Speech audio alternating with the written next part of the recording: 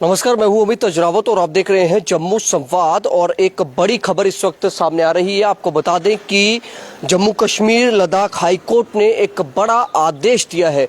ये खबर जुड़ी है सिद्धड़ा, रंगूड़ा और मजीन में जो सरकारी यानी कि जो जेडीए की जमीन पर कब्जा हुआ है, ये जेडीए विभाग से जुड़ी हुई खबर है। और आपको बता दें ये एक बहुत बड़ा खुलासा भी है कि किस तरह से जेडीए जो है सैटेलाइट टाउनशिप के लिए जमीन एक्वायर करता है, लेकिन वो जमीन जो है वो कब्जा कर ली जाती है और उस जमीन को जो है प्रॉपर्टी डीलर्स और एनक्रोचर्स जो है मिलकर उसको बेचना शुरू कर देते हैं और वहां पर एक कब्जा जो है वो हो गया हुआ है।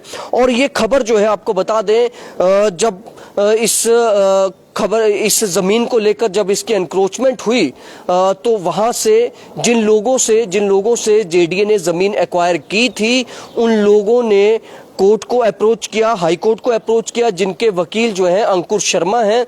और अंकुर शर्मा जो है वो सीधे तौर पर कोर्ट जब हाई कोर्ट में उनकी तरफ से पेश होते हैं, फिर उसके बाद जो है यहाँ पर जो दलीलें दी जाती हैं, बताया जाता है उनकी तरफ से कि किस तरह से जेडीए ने दरअसल एक, आपको मैं पूरी अब कहानी बता देता हूँ। फिलहाल तो कोर्ट ने कहा है कि जितनी भी कंस्ट्रक्शन वहाँ पर हो रही हैं उनको बैन कर दिया जाए। सिद्धड़ा, मजीन, रंगूड़ा में जितनी भी कंस्ट्रक्शन जिस वक्त चल रही हैं, अवैध स्ट्रक्चर्स जो बन रहे हैं, उन स्ट्रक्चर्स को उन्हें जो बनाया जा रहा है उन्हें पूरी तरह से रोक दिया जाए, बिल्कुल रोक लगा दी जाए। अब आपको पूरी कहानी बता देता हूं, ये किस तरह से कहानी गढ़ी गई और किस तरह से जेडीए ने पूरी तरह से उन पर जमीनों पर जो है उस जमीन पर कब्जा करवा दिया गया। दरअसल मामला काफी साल पुराना है और 90 के दौरान की अगर बात करें तो जेडीए ने एक सैटेलाइट टाउनशिप बनाने की प्लानिंग की। और इस सैटेलाइट टाउनशिप को बनाने के लिए जेडीए ने, आपको बता दें, सिद्धरा, रंगूड़ा, मजीन जैसे इलाकों में जो है जमीन एक्वायर की। कुछ जमीन सरकारी थी, कुछ जमीन वहां के जो लोकल लोग थे, जो स्थानीय लोग थे, उन लोगों से खरीदी और उसके बाकायदा एवज में जेडीए ने उनको पैसा भी दिया। और उसके बाद क्या होता है, जेडीए ने वहां पर इन इलाकों में जेडीए ने एक सैटेलाइट टाउनशिप बनानी थी, जिसका पूरे प्लानिंग की गई थी, रणनीति बनाई गई थी कि किस तरह से उस पूरे सैटेलाइट टाउनशिप को बनाया जाएगा। लेकिन जेडीए एक ऐसा विभाग है जिसको ये तक नहीं पता होता है कि उसकी जमीनों पर कब्जा हो रहा है, कहां कहां उसकी जमीनें, क्योंकि जितने भी अधिकारी आज तक जेडीए में आए उन्होंने कभी ईमानदारी शायद नहीं दिखाई। यही कारण है कि जेडीए की जमीनों पर कब्जे होते गए। तो ये जो जमीन थी, ये कोई 100 कनाल, 200 कनाल, 300 कनाल, 400 कनाल जमीन नहीं है। आप सुनेंगे तो हैरान हो जाएंगे, पैरों तले जमीन खिसक जाएगी आपके।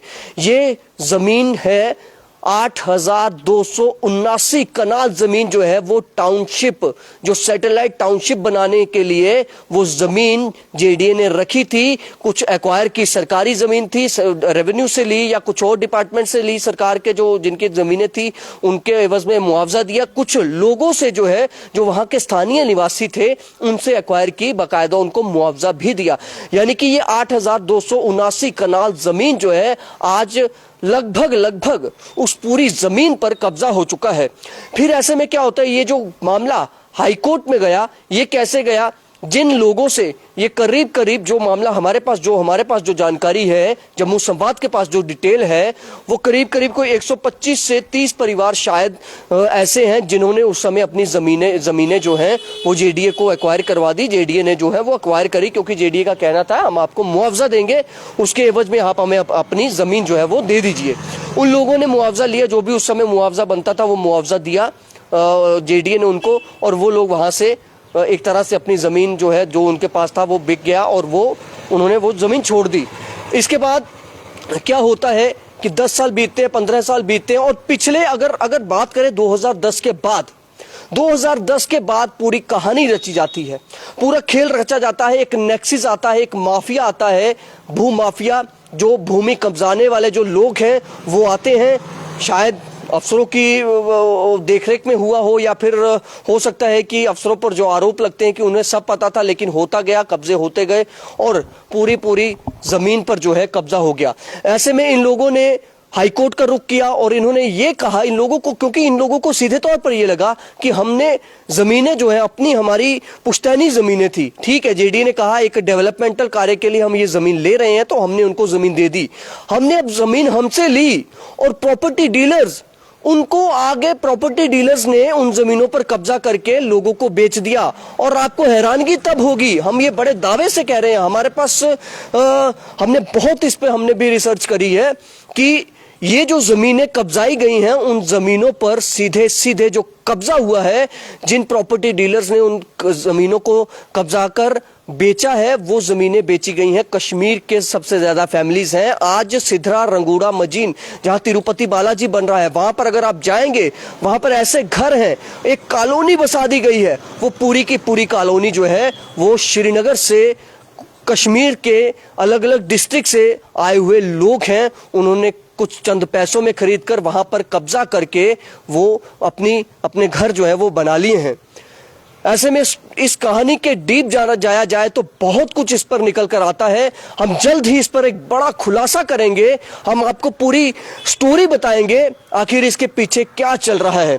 लेकिन एक बड़ी खबर आज ये है कि वो जमीन जो लोगों ने अपनी पुश्तैनी जमीनें सैटेलाइट टाउनशिप के लिए जेडीए को एक्वायर करवाई, आज वो जमीनों पर कब्जा हो गया है।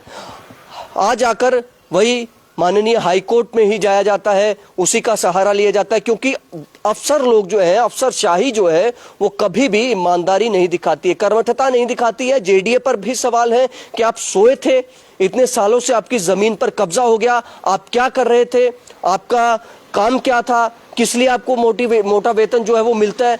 इतने वीसी आए, इतने बड़े बड़े अधिकारी आए, मंत्री आए, सरकारें आई, किसी ने उस सैटेलाइट टाउनशिप की जो प्लानिंग थी उस सैटेलाइट टाउनशिप पर क्या किया, किसी ने नहीं पूछा। तो आखिर आज आकर माननीय हाईकोर्ट द्वारा एक आदेश दिया गया, ये कहा गया है सिधरा, रंगूड़ा, मजीन में जितनी भी कंस्ट्रक्शंस का काम चल रहा है वो सभी के सभी काम जो है वो बंद करवाए जाएं। ये बड़ी खबर है। अंकुश शर्मा जो वकील हैं उन पीड़ित परिवारों के द्वारा, क्योंकि वो परिवार खुद को पीड़ित कह रहे हैं, वो इसलिए पीड़ित कह रहे हैं कि हमारी जमीनें थी, पुश्तैनी जमीनें थी, डेवलपमेंटल कार्य के लिए ली गई, लेकिन आगे एक प्लानिंग के तहत, एक रणनीति के तहत, एक साजिश के तहत उन जमीनों पर कब्जा किया गया और उन जमीनों को ऐसे लोगों को बेच दिया जो लोग यहाँ के भी नहीं हैं। मतलब आप समझ सकते हैं कि एक ये पूरी रणनीति क्या थी, साजिश क्या थी। फिलहाल एक अच्छी खबर है, कम से कम जेडीए जो है, और इसमें एक और बड़ी अच्छी खबर है। इसमें अच्छी खबर ये है कि जेडीए को सीधे तौर पर कहा गया है कि भैया जिन जिन लोगों ने एनक्रोचमेंट की है, जो भी अतिक्रमणकारी हैं, उनके नाम जो हैं वो बताए जाएं। ये सीधे सीधे बोला गया है, नाम फाइल किए जाएं। जो भी जिन जिन लोगों ने भी इन जमीनों पर कब्जा किया है उनके नाम भी बताए जाएं। आखिर वो कौन लोग हैं, कहां के हैं, क्या उनका मकसद था, किन लोगों ने उनको बसाया, कौन वो प्रॉपर्टी डीलर्स थे जिन्होंने ये जमीनें उनको बेच दी, और कहां था जेडीए जिसकी सैटेलाइट टाउनशिप बनाने की प्लानिंग थी, वो कहां था जेडीए, उसने क्यों नहीं आज तक पूछा। क्या सिर्फ हाईकोर्ट की जिम्मेदारी है? क्या कोर्ट में जाएंगे तो फिर इंसाफ होगा, या फिर यहां पर ईमानदारी से कोई अफसर भी कुछ करेंगे? लेकिन बहुत बड़ी खबर है और बहुत बड़ा आदेश है कि सभी कंस्ट्रक्शंस पर बैन लगा दिया जाए। आज भी आप वहां पर जाइए, कई घर ऐसे हैं जो अभी बन रहे हैं, देखते देखते घर जो है वहां पर बने हैं और एक कॉलोनी बसा दी गई है। इस पर हम जल्द ही एक बड़ा खुलासा भी करेंगे, एक दो दिन में हम बड़ी खबर करेंगे और आप देखेंगे उसमें एक साजिश थी और एक रणनीति थी, किस तरह से एक माहौल खराब करने की भी वो एक साजिश है। वो हम पूरा खुलासा जो है जम्मू संवाद पर करेंगे। फिलहाल देखते रहे जम्मू संवाद। नमस्कार।